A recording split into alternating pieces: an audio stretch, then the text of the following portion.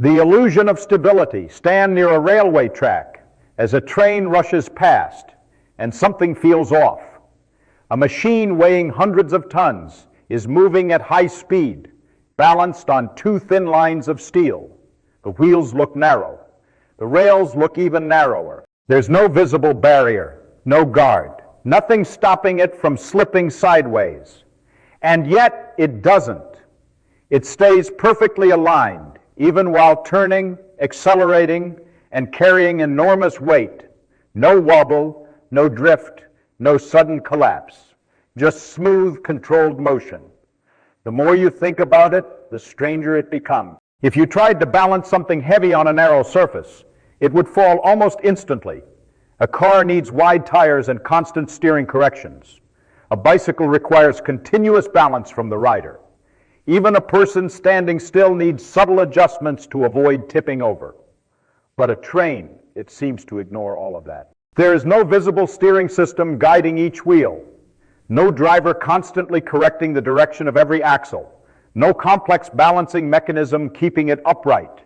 And yet, mile after mile, it remains locked onto the track with incredible precision. It almost feels like the train is being held in place by something invisible. This creates a quiet paradox hiding in plain sight. How can something so massive remain stable on something so narrow? At first glance, the answer seems obvious. Many people assume the wheels are simply locked onto the track, as if they grip the rails tightly or are somehow clipped in place. Others imagine the train is guided by sheer weight, that its mass alone keeps it from slipping. But neither explanation fully works. If the wheels were tightly locked, the train wouldn't be able to move smoothly around curves. If stability came only from weight, even small imbalances could cause dangerous shifts at high speed. The system would be far more fragile than it actually is. Yet trains are incredibly reliable. They travel thousands of kilometers with minimal deviation. They handle curves, inclines, and varying speeds without constantly correcting themselves. They appear stable not because they are forced into position, but because something about their design makes instability unlikely in the first place. And that's where the real mystery begins, because the secret to this stability is not obvious. It is hidden in small details most people never notice, details that turn what looks like a fragile system into something remarkably self-correcting. The rails are not doing all the work.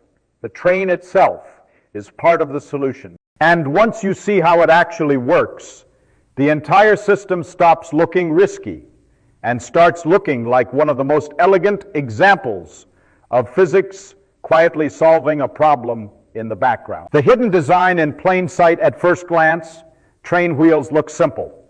Two solid steel discs resting on steel rails. No visible grip, no rubber, no complex mechanism. Just smooth metal on smooth metal. It seems almost too basic to explain something as precise as a train staying perfectly on track. But that simplicity is deceptive, because the real secret is hidden in the shape of the wheels themselves. Train wheels are not flat. They are slightly conical. This means each wheel is shaped like a very shallow cone, wider on one side and narrower on the other. It's a detail so subtle that you can easily miss it unless you look closely. But this small design choice completely changes how the train behaves. Now add another feature. On the inner side of each wheel, there's a raised edge called a flange. This flange sits just inside the rail, acting like a safety boundary. Most people assume this is what keeps the train on track, like a guard that prevents the wheel from slipping off. But that's not its primary job. In normal motion, the flange rarely even touches the rail. The train is not constantly pressing against it. In fact, if it did, the system would wear down quickly and become unstable. The flange is more like a backup, something that only comes into play when things go slightly wrong. So if the flange isn't doing the main work, what is? The answer lies in the cone shape. Because the wheels are conical, their contact point with the rail changes depending on position. When the train is perfectly centered, both wheels sit evenly on the rails. But the moment the train shifts slightly to one side, something subtle happens. The shape of the wheels begins to matter. One wheel starts riding on a slightly larger part of the cone, while the other rides on a slightly smaller part. This difference may seem tiny, but it creates a powerful effect. Without any external force, without any steering input, the system begins to correct itself. The train doesn't need to be forced back into position. It naturally moves that way. What looks like a simple wheel and rail system is actually a carefully designed mechanism where geometry replaces control. Stability is not added afterward. It is built directly into the shape of the components, and most people never notice it. The rails don't hold the train in place. The wheels don't grip the track. Instead, the entire system is designed so that if the train ever drifts, physics quietly pushes it back where it belongs. The correction is automatic, invisible, and always happening. The self-correcting motion, now the hidden mechanism, reveals itself. Imagine the train is moving forward in a perfectly straight line. Both wheels are centered, resting evenly on the rails. Because of their conical shape, each wheel has the same effective radius, meaning both sides travel the same distance with every rotation. Everything stays aligned, but the moment the train shifts slightly to one side, even by a few millimeters, the balance changes. The wheel on one side moves onto a slightly wider part of the cone, increasing its effective radius. At the same time, the opposite wheel shifts onto a narrower part, decreasing its radius. This difference may seem insignificant, but it creates a powerful consequence. Both wheels are connected by the same axle. They must rotate together. But now they are trying to travel different distances with each rotation. The larger radius wheel naturally wants to cover more ground. The smaller radius wheel wants to cover less. Since they are forced to rotate at the same speed, the system resolves this conflict in the only way it can. The train begins to curve, and not randomly. It curves back toward the center. This is the key insight. The moment the train drifts off center, the geometry of the wheels creates a difference in travel distance between the two sides. That difference generates a natural turning motion, guiding the train back into alignment without any external input.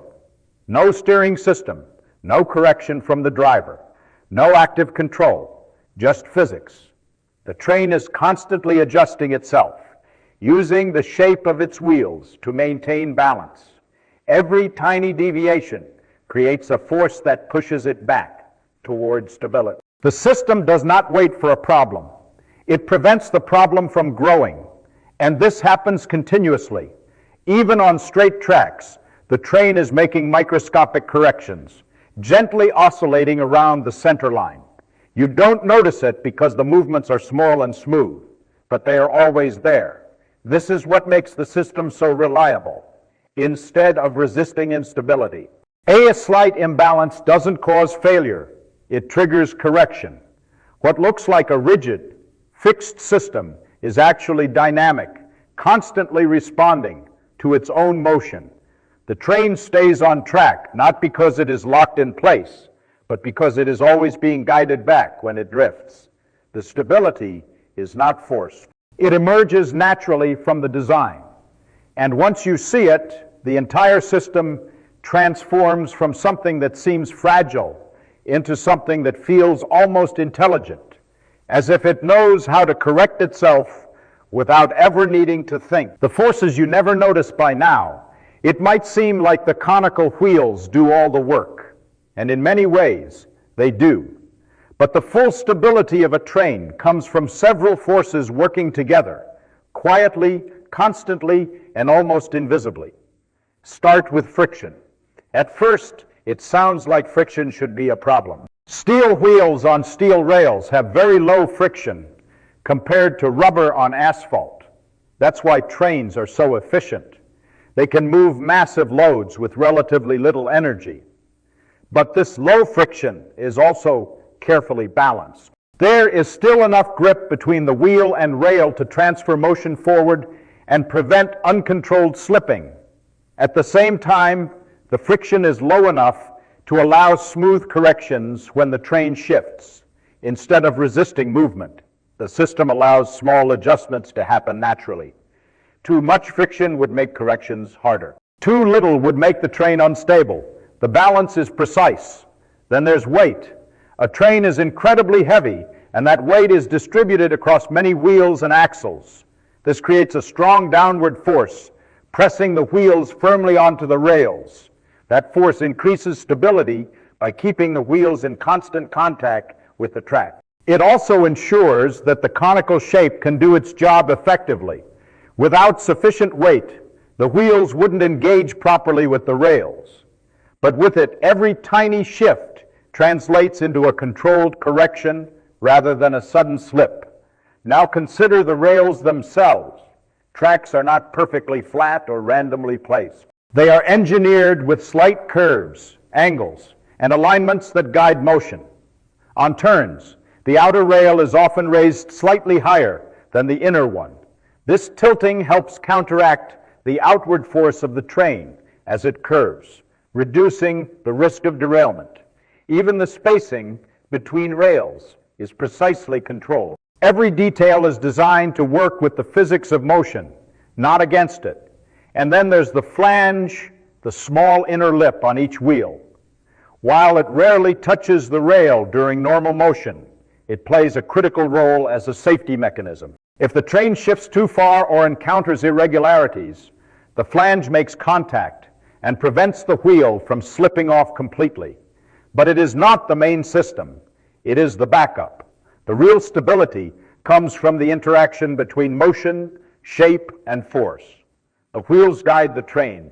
The rails support and direct it. Friction allows controlled movement.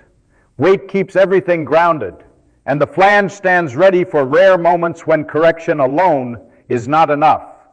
Together, these elements create a system that feels effortless.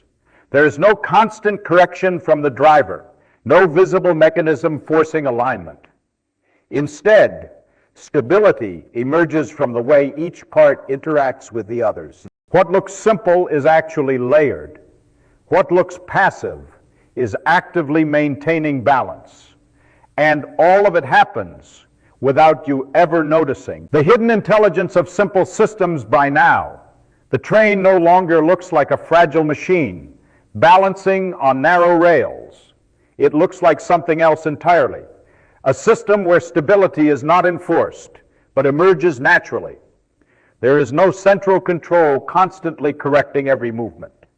No complex computer adjusting each wheel in real time. No hidden mechanism forcing the train to stay aligned. And yet, it stays aligned. Not because it is controlled, but because it is designed in a way that makes stability the most natural outcome. This is the deeper idea hidden inside something as ordinary as a train. Some systems do not need intelligence to behave intelligently. The conical wheels do not know how to correct the train. The rails do not decide how to guide it.